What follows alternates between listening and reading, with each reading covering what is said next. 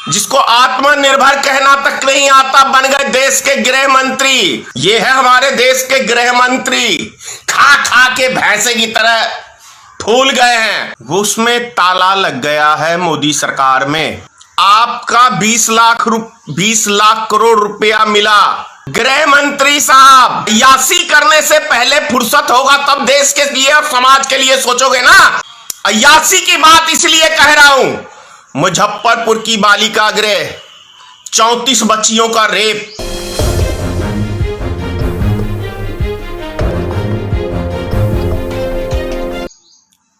नमस्कार मित्रों, मैं धनेश्वर महतो। भारत की सबसे बड़ी कंपनी एटलस की, जो साइकिल बनाने वाली कंपनी थी, सबसे पुरानी, वो उसमें ताला लग गया है मोदी सरकार में।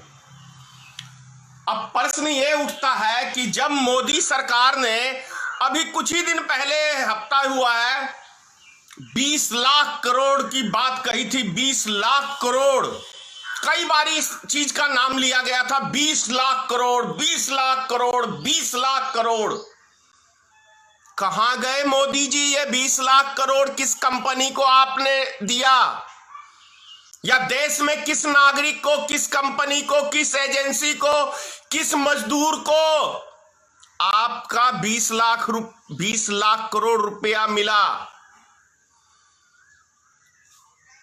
भारत की सबसे बड़ी कंपनी एटलस, साइकिल बनाने वाली कंपनी, फरीदाबाद में जो थी, दिल्ली बंद हो गई।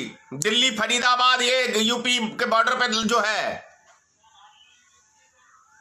क्या कितने की आपने इस कंपनी को मदद की? अभी आप ही के नेता दबादब भाषण दे रहे थे कि हमें आत्मनिर्भर के लिए, मेक इन इंडिया के लिए, न्यू इंडिया के लिए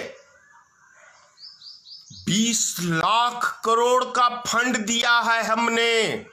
20 लाख करोड़, 20 रुपए का तो पता नहीं है, तो 20 लाख करोड़ कहां चले गए? आखिर हजारों वर्कर इस कंपनी में काम करते थे और इस कंपनी के मालिक ने बोर्ड पे लिख दिया कि हमारे पास पैसा नहीं है कंपनी चलाने के लिए। तो क्या मोदी सरकार को इसको फंडिंग करना चाहिए कि नहीं करना चाहिए? जो मोदी के स्वयं के लफ्ज हैं। और वो गृह मंत्री साहब, जिसको आत्मनिर्भर कहना तक नहीं आता, बन गए देश के गृह मंत्री। आत्मन भारत, आत्मन भारत, आत्मन भारत कहते हैं आत्मनिर्भर को। ये है हमारे देश के गृह मंत्री, खा खा के भैंसे की तरह फूल गए हैं, लेकिन कुछ नहीं। प्रश्न ये उठता है मित्रों, आ जाते हैं थोड़ी देर बिहार सरकार के ऊपर। कल माननीय नीतीश कुमार जी दवा के मजदूरों के विषय में बात कर रहे थे। इलेक्शन का टाइम है, तभी तो 9 तारीख को रैली कर रहे हैं माननीय अमित शाह जी। आखिर सोचने की बात है कि ये बिहार सरकार, माननीय नीतीश कुमार की सरकार, गरीब मजदूरों को बिहार में एंट्री देने तक की पाबंदी लगा दिया था इसी नीतीश कुमार की सरकार ने। हाथ खड़े कर लिए थे सुशील कुमार मोदी ने और नीतीश कुमार ने कि हमारे पास कोई पैसा नहीं है बिहार के मजदूरों को बिहार में लाने के लिए। और कल ये सफाई दे रहे थे कि हर मजदूर पे हमने 5-5 हजार रुपया खर्च किया। बेशर्मी की तो लग रहा है कि ऐसे इंतहा कर रखी है आप लोग ने। कितना गिरोगे नीतीश कुमार, कितना गिरोगे? गिरने की भी कोई सीमा होती है। 15 साल के शासन काल में क्या दिया बिहार को आपने?